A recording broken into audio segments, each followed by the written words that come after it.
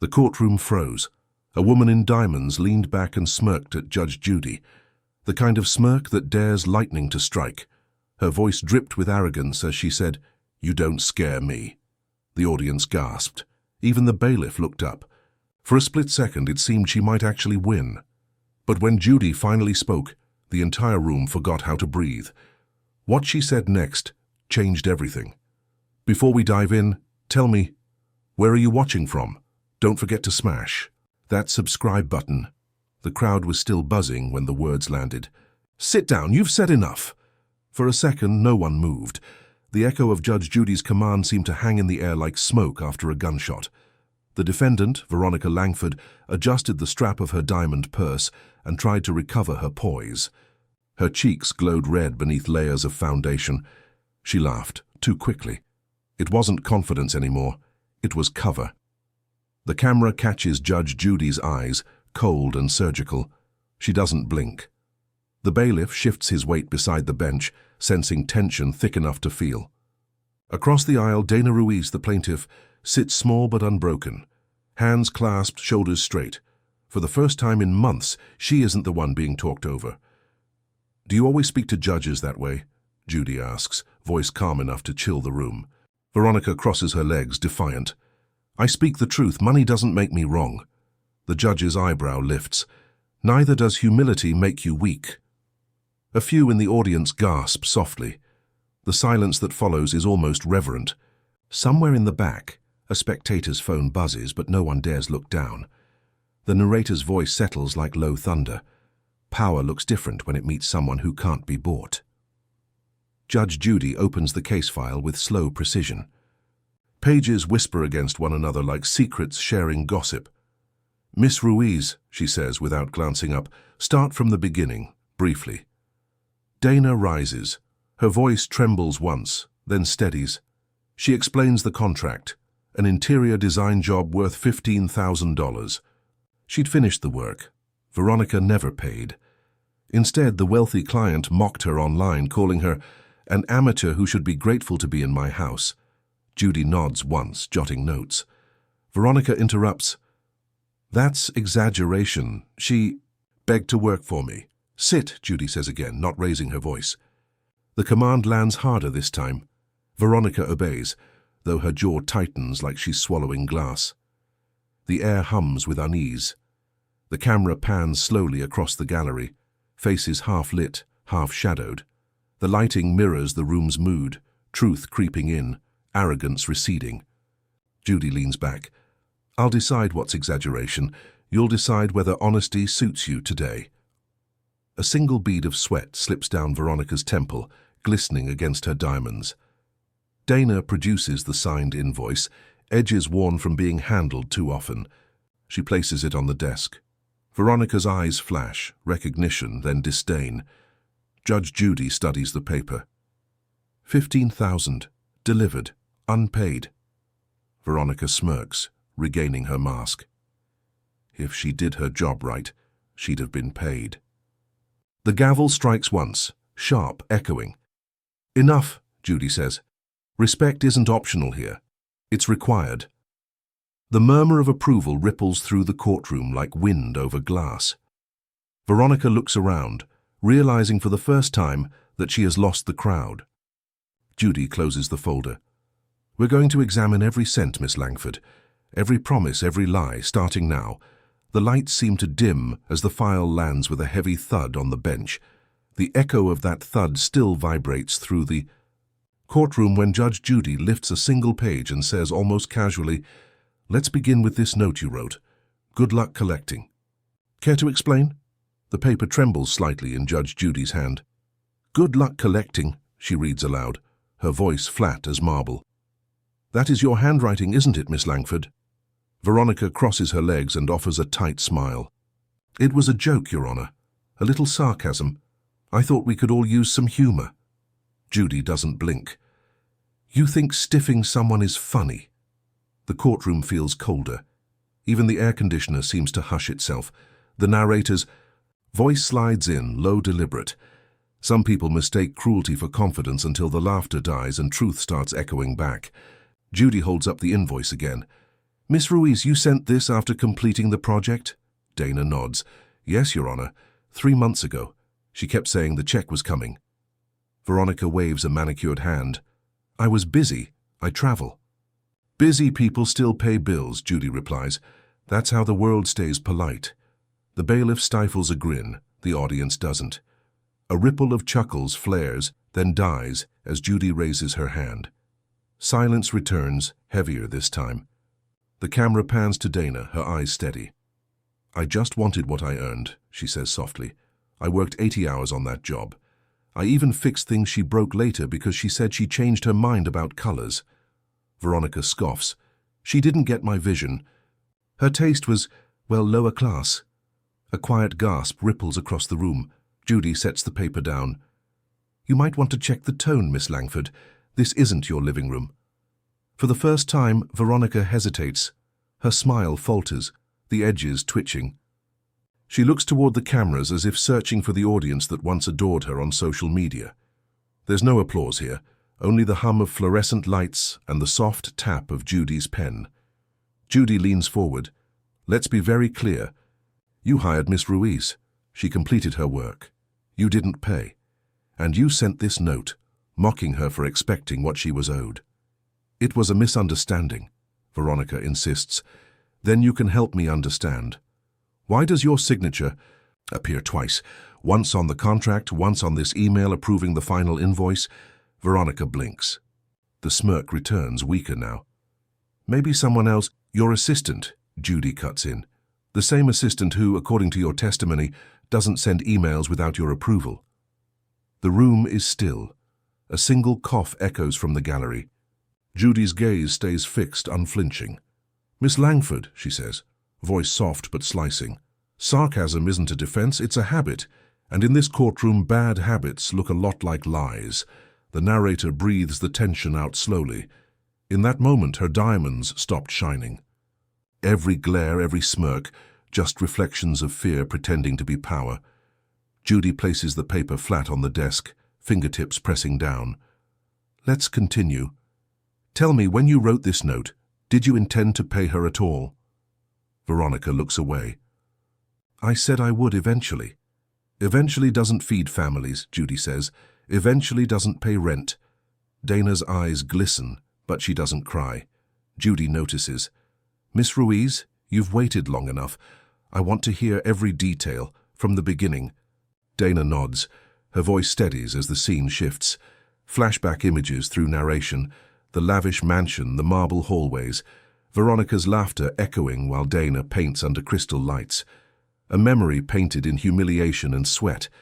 When the vision fades, Judy's eyes haven't moved. Thank you, she says softly. Then to Veronica, your turn. Tell me why you think the rules don't apply to you.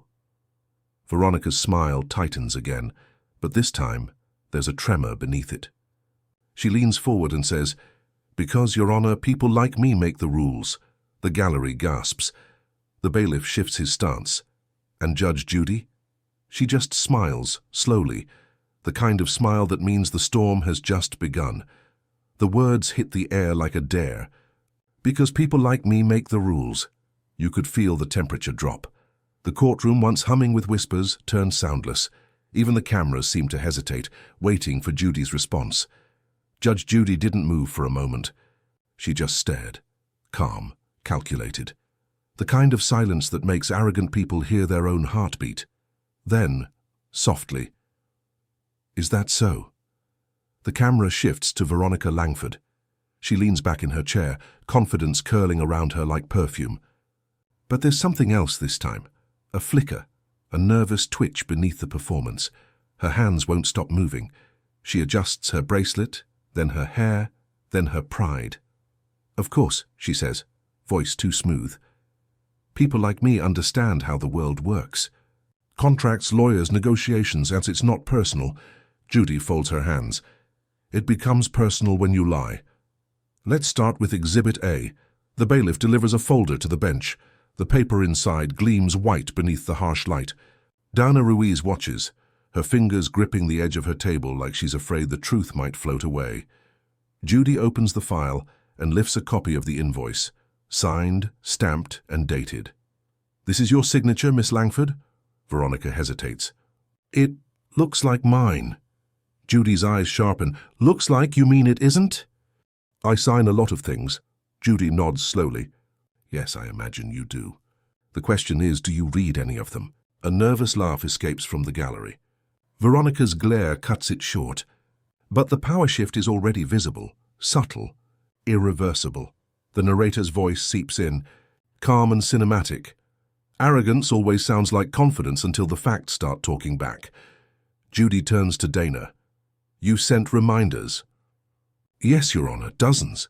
I even hand-delivered one to her office. And she said my time wasn't worth hers. The room inhales sharply.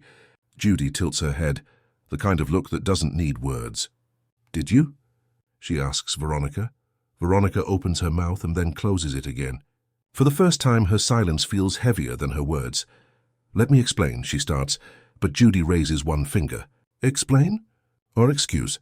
Veronica falters. Her eyes dart toward the audience, then to the cameras, then back to Judy. I was frustrated. The color scheme, Judy interrupts, didn't sign this contract. You did.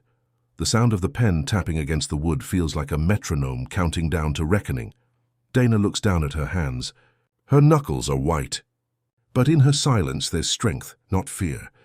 She's been waiting for this exact moment, when the truth would finally stop being ignored.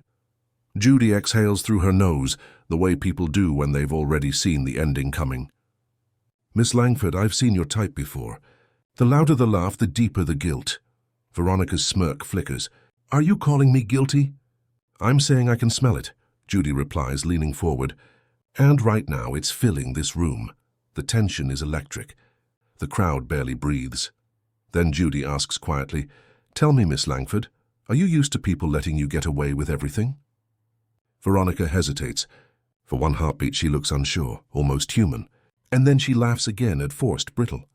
I don't get away with things, Judge. I just play smarter than everyone else. Judy's pen stops mid-tap. Her eyes lift, cold, steady, unreadable. The first crack in the diamond has just appeared. The laugh didn't last long. It rarely does. Judge Judy's gaze didn't flinch. You play smarter, Miss Langford, she repeated, voice flat, unhurried, like a surgeon tracing where the first incision will go. Then let's see how smart looks under oath. The bailiff shifted closer, sensing the room tighten. Every light in the courtroom felt harsher now, reflecting off Veronica's diamonds, until even her jewelry seemed uncomfortable. The narrator's voice cuts in, steady, cinematic. In this room, luxury never shines brighter than logic. It only burns faster under it. Judy flipped open a fresh folder, her movements deliberate. I've reviewed your timeline.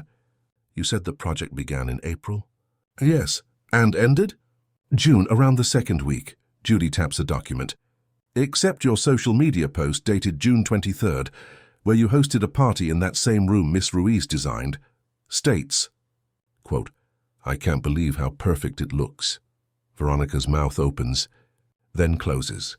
Her eyes blink faster than her mind can build excuses. I was being polite, she says weakly.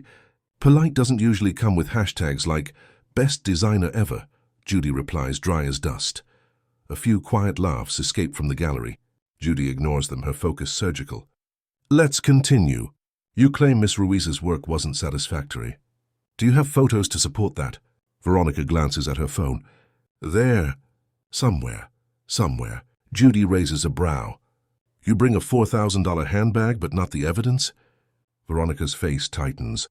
The arrogance she wore like armor is starting to rust. Your Honor, I don't think my financial status is relevant here. Oh, it's relevant, Judy fires back, because entitlement isn't just attitude, Miss Langford. It's behavior. And today your behavior is evidence. The camera pans to Dana.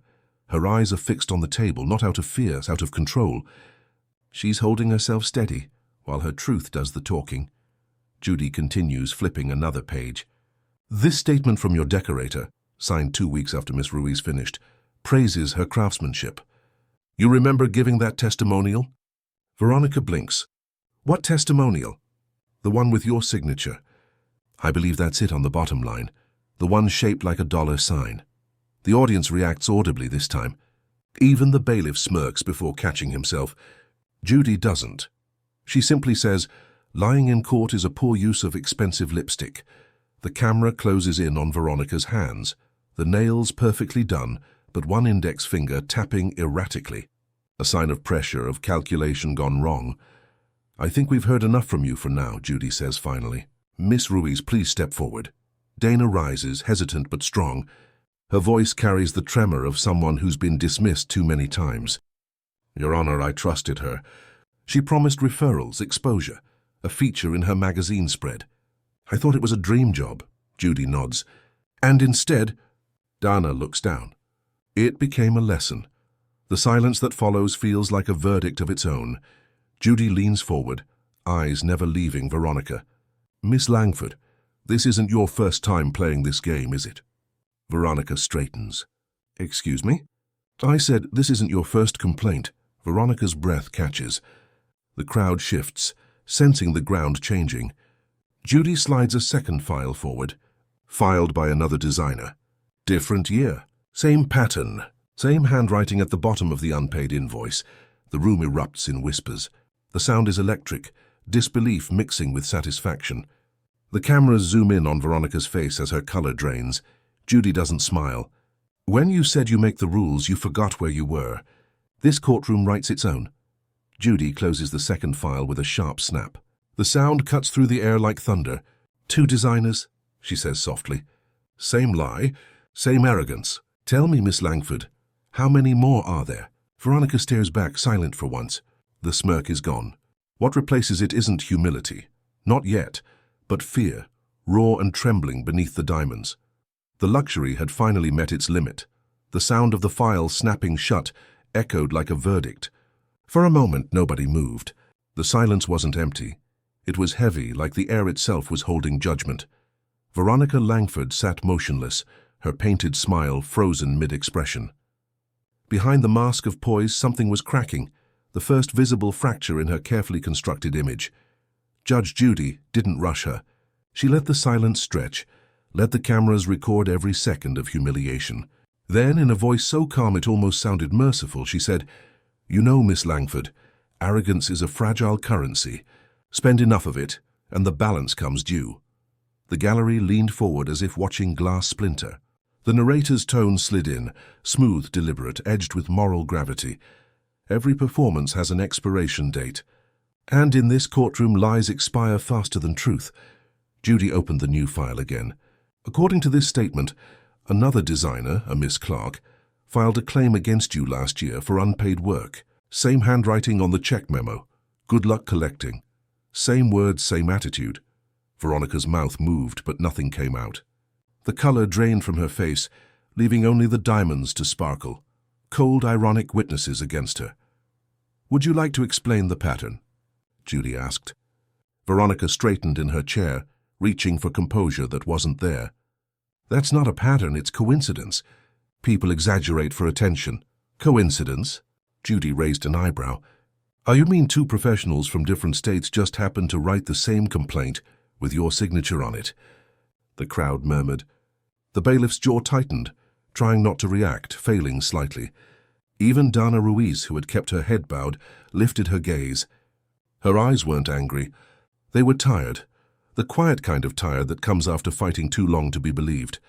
"Miss Langford," Judy continued, "you may be used to curating narratives on social media, but in this room we deal in facts, not filters." Veronica laughed, but it came out too sharp.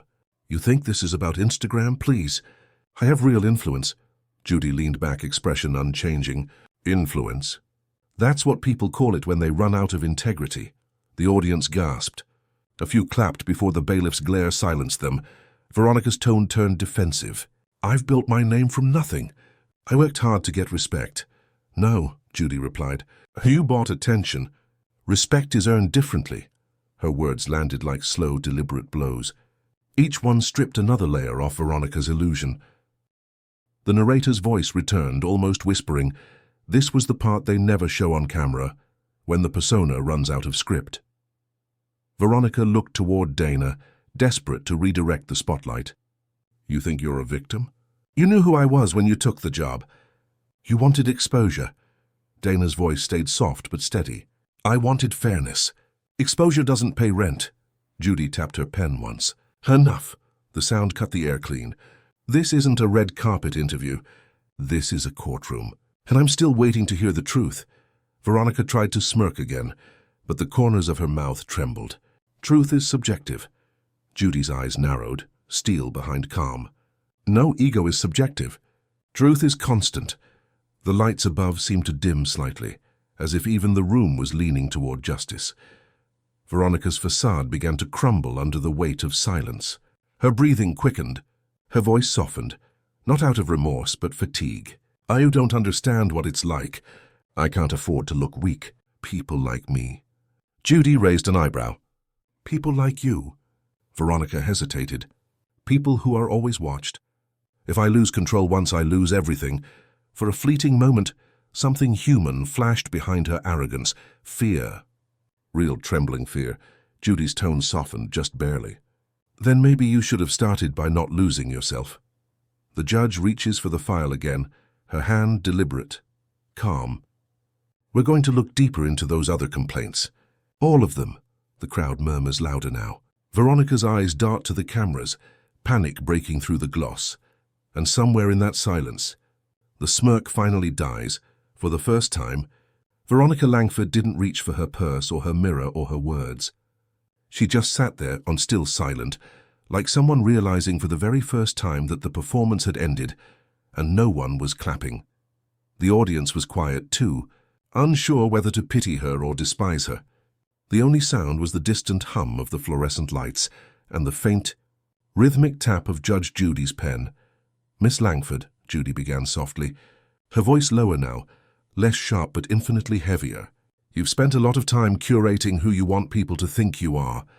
But tell me, who are you when no one's looking? Veronica blinked, her eyes darting between the judge and the cameras. What's that supposed to mean? It means, Judy said, that I've seen arrogance before. And underneath it, there's always something smaller, fear, shame, or emptiness. You tell me which one fits. The question hung like smoke. The narrator's tone cut in, reflective and cinematic. Sometimes arrogance isn't born from power. It's a disguise stitched together by fear. A mask made of applause. Veronica straightened her shoulders, forcing out a hollow laugh. I don't have to explain myself to anyone. Judy leaned forward, elbows on the desk. You're in a courtroom, Miss Langford. Explaining yourself is literally the assignment. A few quiet chuckles rippled through the gallery before vanishing under Judy's calm stare. Dana Ruiz sat still at her table, hands folded. Her gaze wasn't angry anymore, just sad. The kind of sadness that only comes when you've seen the person who hurt you finally start to see themselves. Veronica turned toward her, almost pleading. You don't understand. Everything I have, my career, my brand, my life, it all depends on how people see me. If I look weak, I lose everything. Dana's voice was barely above a whisper. Then maybe weakness isn't the worst thing to lose. The room exhaled together. The moment was raw, human, fragile as glass. Judge Judy watched them both for a beat, then said quietly, You think power protects you, but all it's done is isolate you. That's not power. That's prison. Veronica's face twitched, not from anger this time, but from something closer to recognition. Her breathing slowed. Her hands, once performing, now simply rested in her lap. The camera zoomed in slowly, close up on her eyes. They were glossy, but not with tears. They looked tired, honest. The first honest thing about her all day. The narrator continued, When truth starts to seep in, it doesn't roar. It whispers, softly enough for only the guilty to hear. Judy broke the silence by tapping the folder once more. We'll proceed, but I'll give you a moment. Think about what kind of respect you want to earn, the kind people buy, or the kind they remember. For a heartbeat, Veronica looked like she might actually say, I'm sorry, but the habit of pride is stronger than truth. She swallowed her words and lifted her chin. The spell broke. The mask slipped back into place, weaker, thinner, transparent. Judy sighed quietly and turned to Dana. Miss Ruiz, thank you for your patience. We're nearly done, but I have a few more questions before I decide. Dana nodded. Yes, Your Honor. The judge paused, then added without looking up, And Miss Langford, the more you talk, the less believable you sound. Choose your next words carefully. The gavel didn't strike this time.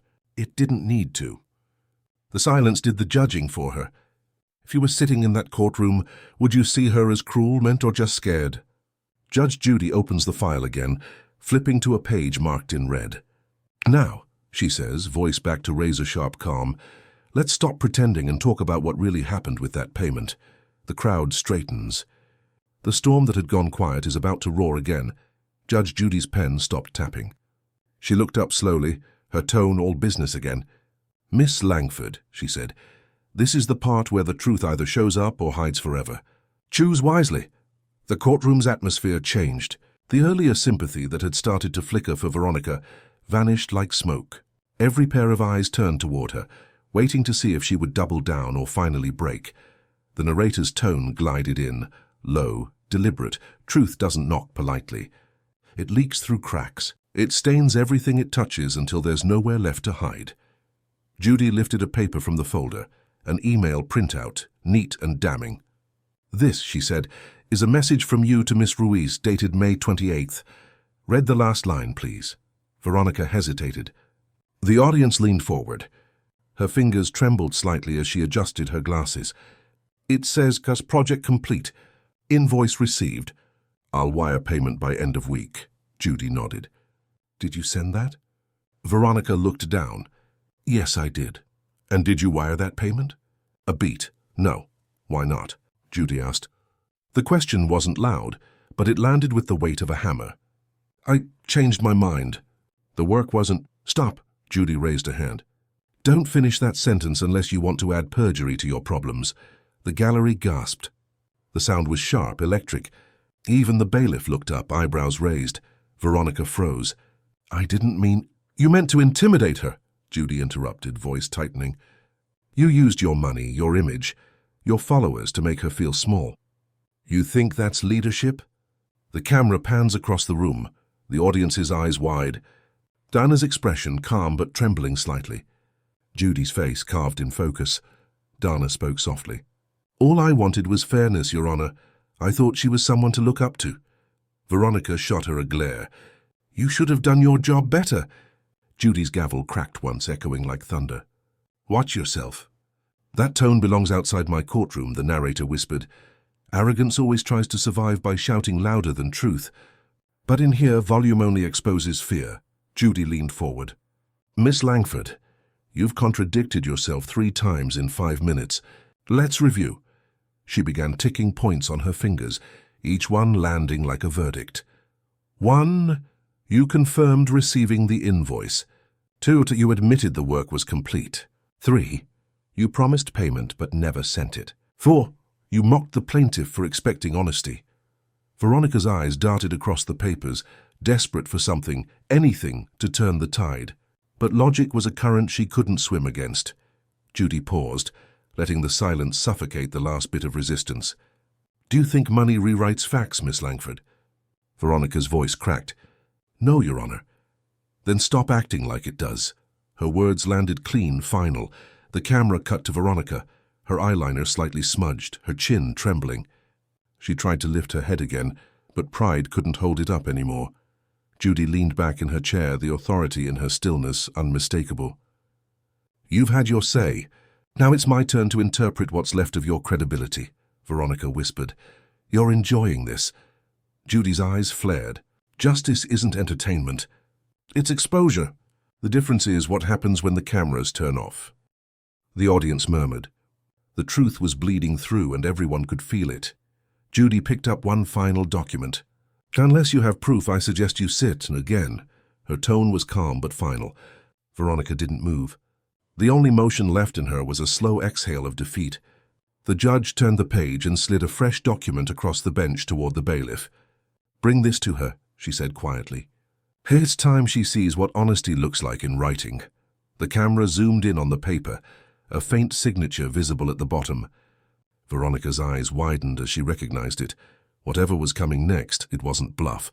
The bailiff carried the document across the room like a loaded weapon.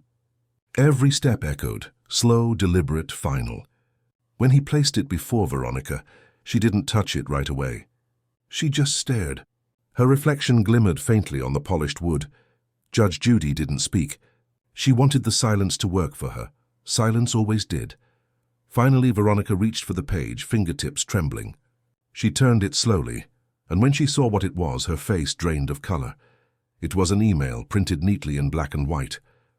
Her email, dated and time-stamped. Subject line, final payment confirmation. Text, approved. Please proceed with wire transfer to Dana Ruiz for full balance owed.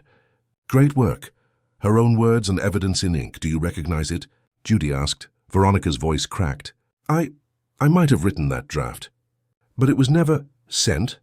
Judy finished for her, calm and precise. Because it was. To your accountant, who forwarded it to our production office when subpoenaed last week. A collective gasp rippled through the courtroom. The sound of realization. The sound of a mask hitting the floor. The narrator's voice slipped in, quiet but sharp. Truth doesn't explode. It seeps, it stains. And by the time you notice, it's already ruined the costume. Veronica blinked fast, panic flashing behind mascara. This isn't, I didn't know what? Judy asked, leaning forward. That honesty leaves fingerprints. That arrogance leaves receipts. The bailiff's eyes flicked toward the audience. They were locked in awe, like spectators watching a magician reveal how the trick was done. Only this wasn't magic. It was consequence. Judy's tone stayed cold, professional. So you approved the payment. You acknowledged satisfaction with the work. And then you mocked Miss Ruiz for expecting it. Did you think that wouldn't surface? Veronica's voice fell to a whisper. You can't prove intent. Oh, I don't have to, Judy said, her gaze like a scalpel. I can prove behavior, and that's louder. Dana Ruiz watched quietly. No smile, no gloating. Just relief that truth had finally learned how to speak her language. Miss Ruiz, Judy said, shifting her tone softer. You were patient, longer than the law required. That tells me all I need to know about your character. Dana nodded slightly, blinking away tears. I just wanted to be heard, Your Honor. And now you are. The crowd leaned in as Judy turned back to Veronica. So you see, Miss Langford, she continued, I read this email days before the hearing. I wanted to see whether you'd bring it up yourself. Veronica's head snapped up. You what? Judy's eyes didn't flinch. I already knew you'd approved payment. I just wanted to watch how far you'd go pretending you hadn't. The air thickened. The truth hit harder because it wasn't loud. It was surgical. The narrator's tone softened to a slow burn. That's the thing about traps built from truth. They don't catch the innocent. They just wait for the guilty to walk in. Veronica's lips parted, but no sound came out. Her pride had run out of words. Judy folded her hands. So here's what we'll do. You'll either admit you lied, or I'll let the evidence do it for you. Either way, you're finished pretending. The sound of paper sliding across the desk was louder than the gasps that followed. The camera lingered on Veronica's trembling hand as she placed the email back down, surrendering it like a confession. Judge Judy leaned back, eyes steady, voice almost kind. You wanted control, Miss Langford. Now you've got none left. Judy tapped the edge of the email once, and her tone changed, quieter, almost reflective. You see, I don't walk into any case blind. This wasn't a trial for payment. It was a test of honesty, the gallery murmured. Veronica's face froze, realization dawning slow and terrible. Judy's next words were soft, surgical, final. And you just failed it. The sound of Judge Judy's words seemed to echo long after she'd spoken them. This wasn't a trial for payment. It was a test of honesty. For a moment, no one in the courtroom breathed. Even the cameras seemed to hesitate, their red lights blinking softly as if unsure whether to keep rolling. Veronica Langford sat frozen. Her eyes darted between the paper in front of her and Judge Judy's unblinking stare. The diamonds on her wrists, once dazzling under the lights, now looked heavy, like cuffs she had chosen herself. The narrator's voice drifted in, low, deliberate, full of quiet judgment. The collapse never starts with noise. It begins in the silence between pride and realization, when someone finally understands that their reflection is lying to them. Veronica tried to speak, but her voice cracked. This isn't fair. You set me up. Judy's expression didn't shift. No, Miss Langford. I gave you a chance to tell the truth. You set yourself up by thinking you could outsmart it. The gallery stirred, a ripple of murmurs and half-suppressed gasps. Dana Ruiz, the plaintiff, sat perfectly still. No satisfaction, no gloating. Just a faint, tired sadness. Judy's tone softened almost imperceptibly. Do you know why people like you scare honest folks, Miss Langford? Because you make decency look like weakness. But not today. Veronica swallowed hard. The mask was gone now, her voice bare, stripped of pretense. I didn't mean to hurt her, I just wanted to stay in control? Judy interjected gently.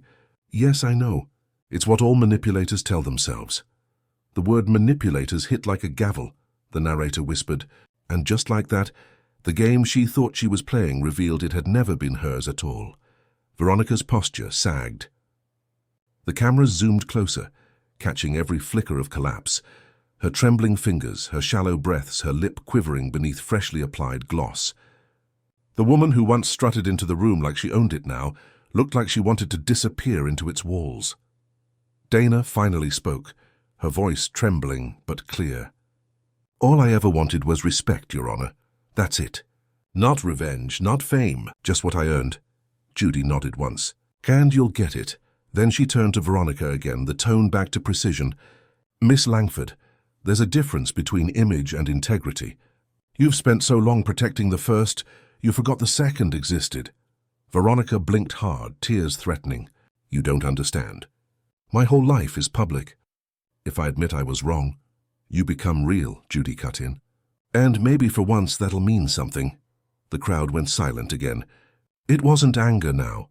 It was the quiet awe that fills a room when the mighty fall gracefully, unwillingly, inevitably. The narrator's voice broke through like a breath. It wasn't punishment anymore. It was revelation. Pride had left the building, and consequence had taken its seat. Judy picked up her pen, tapping it once on the desk. Here's what's going to happen, she said. You're going to stop explaining yourself, and you're going to start listening. Because the more you talk, the more truth you bury under excuses. And I'm done digging. Veronica nodded weakly. The defiance was gone. Her face was a quiet portrait of defeat. The judge leaned back, folding her hands. Good. Now we can finally get somewhere. Tell me in the comments, do you think remorse should erase guilt, or should people face what they built with their lies? Judge Judy's pen hovered above the verdict file, but she didn't write. Instead, she looked up and said softly, Miss Langford, image might crumble. But character, that's what decides who you are after the cameras stop rolling. The faint hum of lights filled the silence. Veronica's eyes glistened, and for the first time she didn't reach for words. She just nodded. The air felt different now, not tense, not electric, but fragile. Like the courtroom itself was holding its breath, afraid a single sound might shatter what little dignity was left in the room. Veronica Langford's diamonds no longer glittered. They just sat there, cold and heavy, reflecting the harsh white light of reality. The mask she'd worn for years of the charm, the confidence, the smirk, had finally peeled away. All that remained was a trembling woman in designer heels, staring at the ruins of her own illusion. Judge Judy leaned back, her gaze steady but softer. Take a breath, Miss Langford, she said quietly. It's the first honest thing you can do in here. Veronica obeyed without speaking. A tear traced the edge of her foundation, carving a line through perfection. You don't understand, she said at last, voice small. I built my entire life on how people see me. If they see me weak, I lose everything. Judy didn't answer right away. She let the truth echo in its own silence before responding. Then maybe it's time you start building on something that doesn't crumble when someone tells the truth. The narrator's voice entered softly. Calm, reflective, intimate. This wasn't humiliation anymore. This was the slow collapse of a castle made of glass. And when it fell, all that was left was a person, scared, small, but finally real. Dana Ruiz watched quietly from her seat. There was no gloating in her eyes, no satisfaction. Just quiet empathy, the kind that comes from surviving disappointment and still choosing grace, Judy noticed. Miss Ruiz, she said gently, you've been remarkably patient through all this. Why? Dana hesitated, then spoke. Because I used to admire her, she said. I thought if I worked hard enough, maybe one day I could be like her, respected, successful. Veronica's head snapped toward her, startled. You admired me? Dana nodded. Until I realized I was working for someone who didn't respect anyone but herself. The words hit like a whisper, wrapped in thunder. The courtroom stayed still. Even the bailiff's usual stoicism wavered for a second, a flicker of emotion behind duty. Veronica looked down, her voice a cracked whisper. "I didn't mean to hurt you. I just didn't want to look small." Judy tilted her head. "Small isn't an insult, Miss Langford. Dishonest is." The narrator's tone deepened. "Power is loud.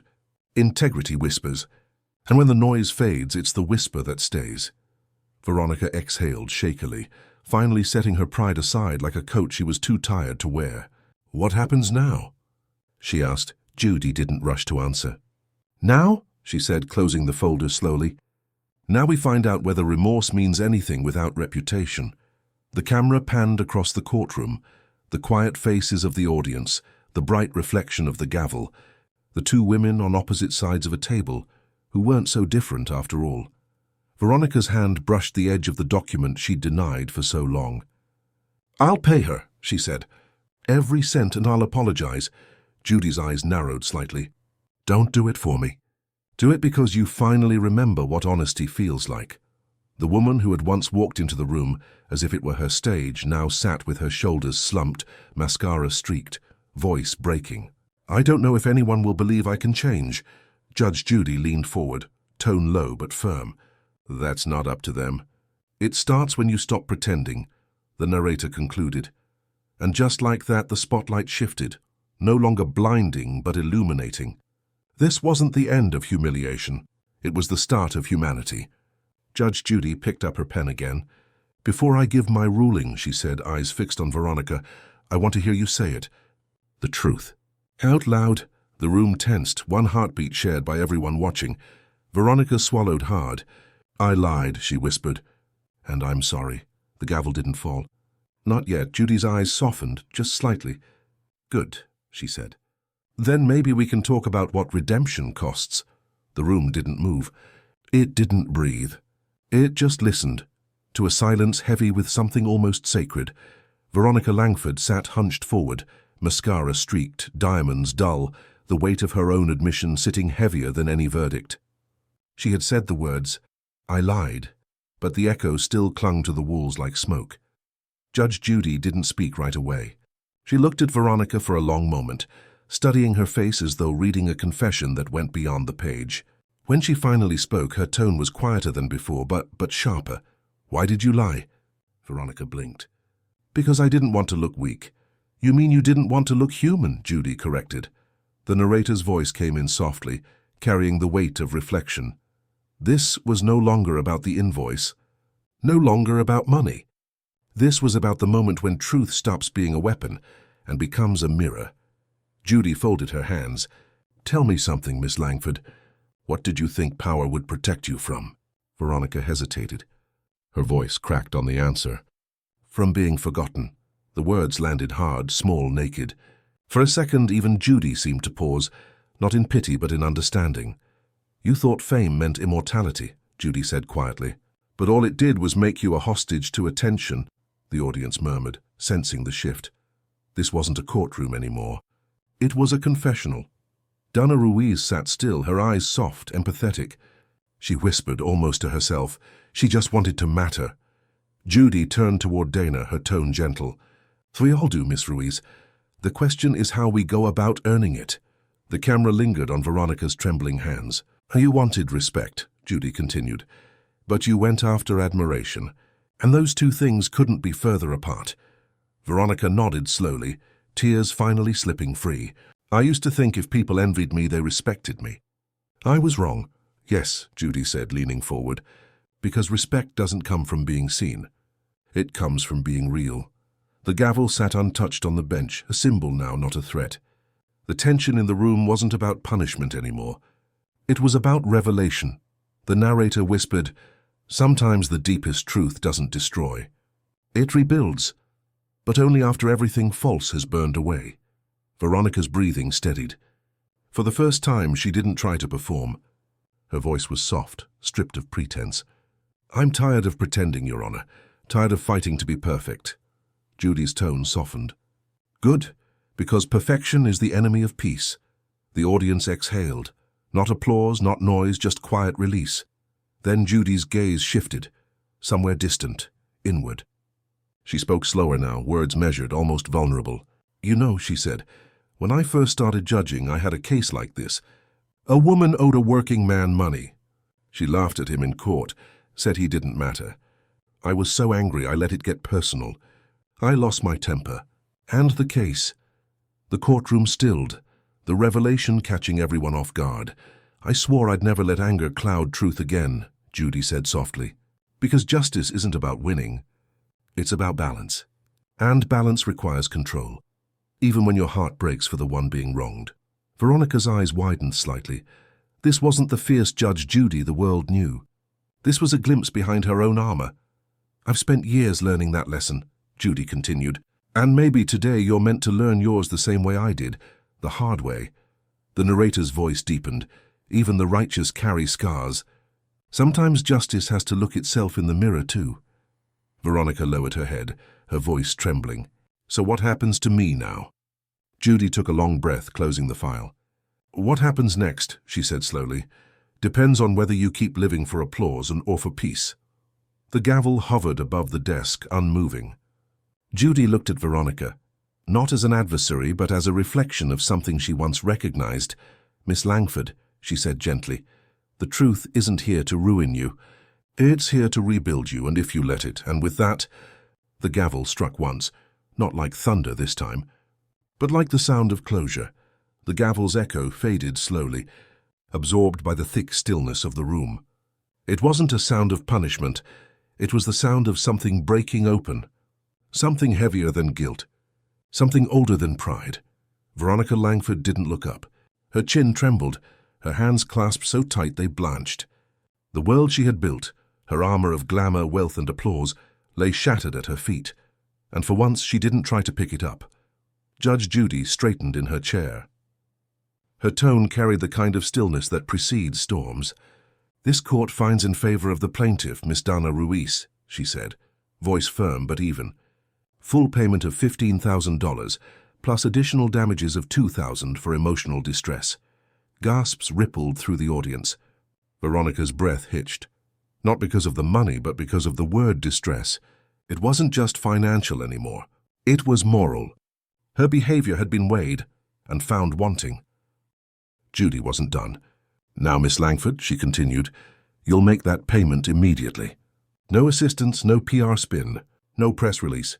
You'll do it yourself, because accountability isn't a public act. It's a private one. Veronica nodded, her voice barely audible. Yes, Your Honor. The narrator's tone entered softly, grave and reflective. Consequences don't always arrive like thunder. Sometimes they come quietly, in signatures, in silence, in the realization that what you've lost isn't money, but the illusion of control. Judy leaned forward, her tone dropping just enough to sound human. Miss Ruiz, she said, turning to Dana, you've been patient, composed, and remarkably decent through all of this. The law owes you payment, but the world owes you respect. Dana's lips parted slightly, gratitude shining in her eyes, tempered by disbelief. Thank you, Your Honor. Veronica finally lifted her head, tears clinging to her lashes. I don't deserve forgiveness, she whispered. Judy regarded her for a long beat. Forgiveness isn't something you deserve, Miss Langford. It's something you earn. One honest action at a time. The courtroom remained silent, that delicate kind of silence where the emotional temperature shifts from tension to truth. The narrator continued. This was the weight of consequence. Not a crushing blow, but a slow, inevitable settling. The fall of pride. The rise of perspective. The quiet balance of justice restoring itself. Veronica's breathing steadied.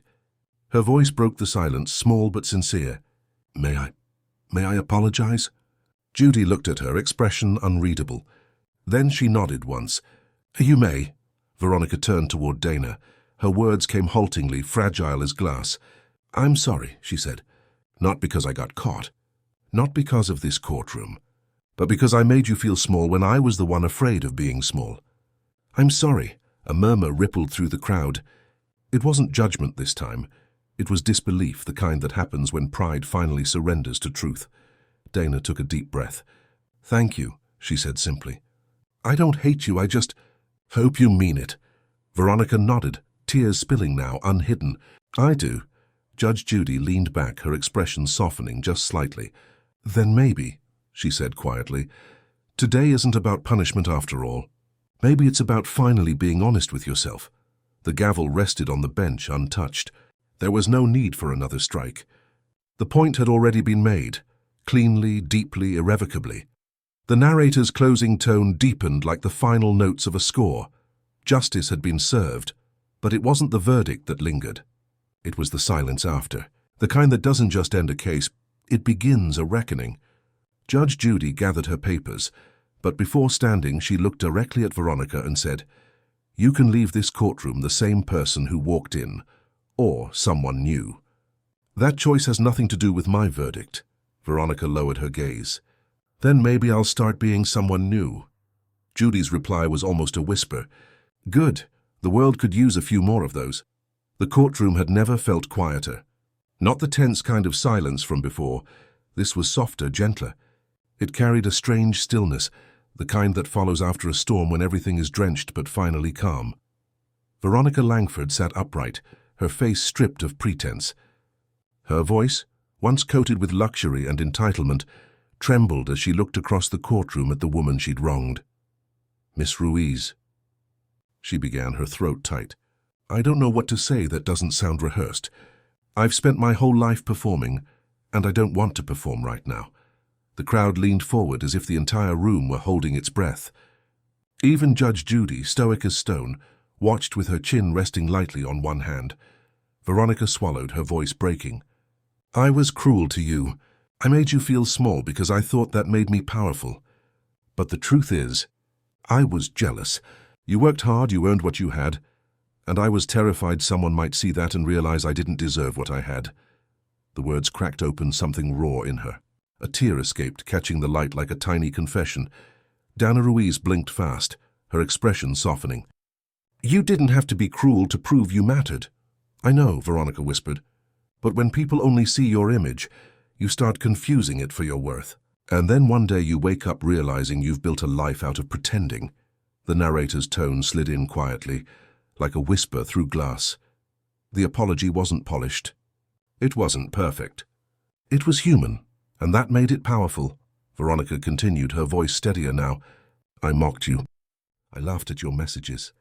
I even told my assistant to ignore your calls, because I didn't want to deal with the guilt. I thought ignoring you made it go away, but it just made me smaller."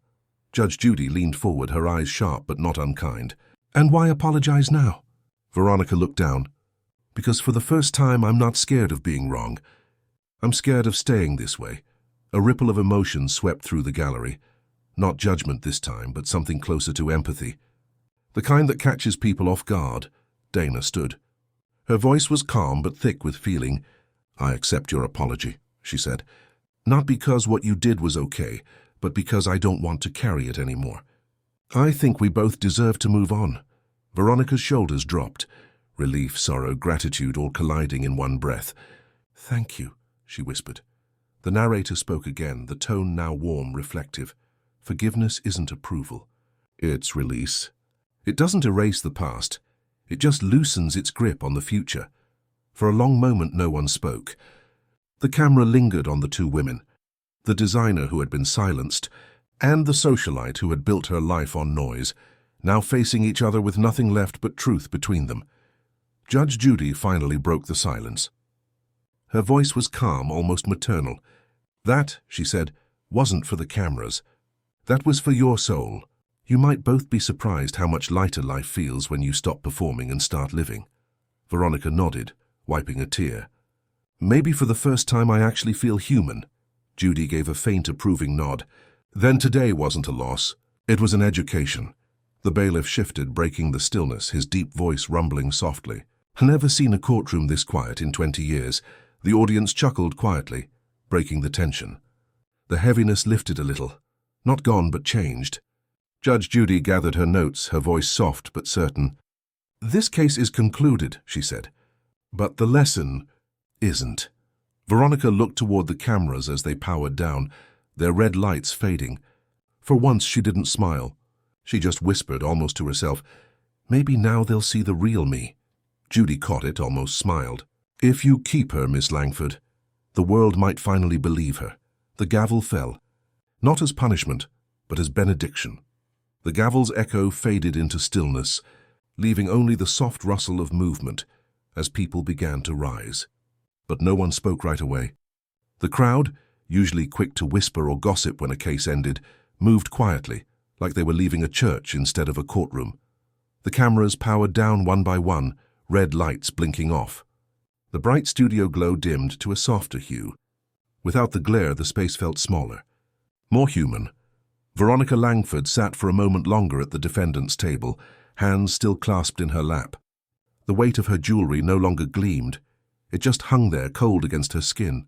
Across the room, Dana Ruiz packed her documents, folding them with careful precision. It wasn't triumph in her face. It was peace. Judge Judy remained seated, watching both women with an unreadable expression. Her voice, when it came, was quiet but steady. "Sometimes the hardest part of justice," she said almost to herself, "is realizing it doesn't end when I strike the gavel. It begins when you walk out that door." The narrator's tone entered softly, reflective, filled with a quiet ache. Justice had been served, but peace was optional.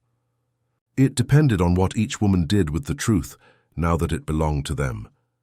Veronica stood slowly, her knees trembling. She glanced around the emptying courtroom, searching for something. Maybe her old reflection, maybe a trace of the woman she used to be. But she didn't find her. The bailiff approached, his deep voice breaking the silence. "You're free to go, ma'am." Veronica nodded faintly, her tone barely a whisper. Free. She smiled weakly at the word, not as privilege this time, but as possibility. Dana walked past her toward the exit, stopping just long enough to meet her eyes. There was no anger left between them, only the ghost of what could have been respect. "Take care of yourself," Dana said softly. "You too," Veronica replied. "You deserve better clients." They both smiled, small, human, tired smiles, and for a moment the distance between wealth and work disappeared. The narrator continued. "In every courtroom there are two kinds of victories. The legal one, written in ink, and the silent one, written in conscience. Only one lasts." Judge Judy finally rose from the bench, gathering her notes. Her steps were slow, deliberate. She paused beside the empty chairs where the two women had sat and sighed, the kind of sigh that comes from seeing the same story play out too many times. "Money comes and goes," she murmured. "But arrogance always leaves debt." The bailiff raised an eyebrow. "You mean she'll do it again?" Judy shook her head. "No, I think this one's paid in full, maybe for the first time in her life." As she walked toward her chambers, the camera followed her for a beat. Her robe caught the dim light, the hem brushing against the floor like the closing of a curtain. The narrator's voice lowered to a near whisper. Outside, the city roared, cars, traffic, life, indifferent to the lessons learned inside one small courtroom. But for those who were there, something had shifted. Power had bent its knee to truth. And truth at last had spoken without fear. The final audience members drifted out. Only the faint hum of the air conditioning remained. The camera lingered on the empty judge's bench, still, silent, powerful even in rest. "Before you hear the final verdict, tell me, can people truly change, or do they just learn to hide their ego better?" As the lights dimmed, Judge Judy's voice came faintly from her chambers, unseen but firm. "Tomorrow there'll be another case. Another story. But this one reminded me why I started." The gavel, still on the desk, caught the last glint of light, a quiet symbol that justice never sleeps, only pauses. The courtroom stood empty now, just rows of silent benches and the faint scent of paper, perfume, and consequence. The echo of the day still lingered in the walls like heat after lightning. Judge Judy sat alone at the bench, robe loosened, reading glasses perched low on her nose. The camera drew in slowly. No audience now, no murmurs, no spectacle. Just her and the lingering hum of reflection. She looked at the file one last time, Langford v. Ruiz, then closed it with care. For all the noise it had made, the end was quiet, as it should be. The narrator's tone entered, soft and steady, like the last few notes of a symphony. Justice doesn't end when the cameras stop. It lingers, in the lessons learned, the apologies given, and the truths that refuse to stay buried. A knock at the door. The bailiff stepped in. "You all right, Judge?" Judy smiled faintly, not looking up. "Fine, Bird, just thinking." "About today?" About how arrogance always walks in wearing diamonds, she said dryly, and always leaves wearing humility. The bailiff chuckled quietly. Guess money can't buy class after all. Or conscience, Judy added. They shared a brief silence, and the kind built on mutual understanding. Bird turned to leave, but she stopped him. Bird? Yeah, Judge? Remind me to thank production for not cutting the apology. He nodded. People need to see that part. They do, Judy murmured. It's the only part that matters. The camera panned across the room, lingering on the empty plaintiff and defendant tables. 2 names, 2 lives, 1 truth. The hum of the lights softened, as if the entire set was exhaling. Outside, Veronica Langford stepped into daylight. No reporters, no entourage, just her alone. The sun hit her face, and she blinked against it like someone seeing brightness for the first time. She pulled her sunglasses from her purse, then paused. For once, she didn't put them on. Across the courtyard, Dana Ruiz waited by the exit, a simple manila envelope clutched to her chest, her payment, her closure. Their eyes met briefly, a flicker of recognition, maybe even respect, no words. None needed. The narrator's voice returned, calm but resonant. Some debts are paid in money. Others are paid in humility. The hardest ones demand both. Back inside, Judy gathered her papers, her hand lingering for a moment on the gavel. Her eyes were tired but not weary. This was why she stayed. Not for the drama, not for the fame. For moments like this, when truth actually landed and the noise finally quieted into meaning. She looked up, straight into the camera, and spoke, not to the courtroom, but to everyone watching. Justice isn't revenge, she said. It's recognition. It's when the world finally sees things the way they should have been seen all along. The music rose faintly in the background, a slow piano, a single cello. The narrator's final words carried through like the wind after rain. Veronica Langford came to court to win. She left having lost everything, except her chance to start over. And Dana Ruiz, she didn't just win a case. She reclaimed her dignity. In the end, that's what justice really is, not payback, but peace. Judy stood, taking one last look at the empty room. The camera framed her silhouette against the bench, strong, steady, eternal. She said, almost under her breath, "Arrogance burns fast, but truth—" She paused, a faint smile tugging at her lips. Truth lasts longer than diamonds. The lights dimmed. The gavel rested. Fade to black.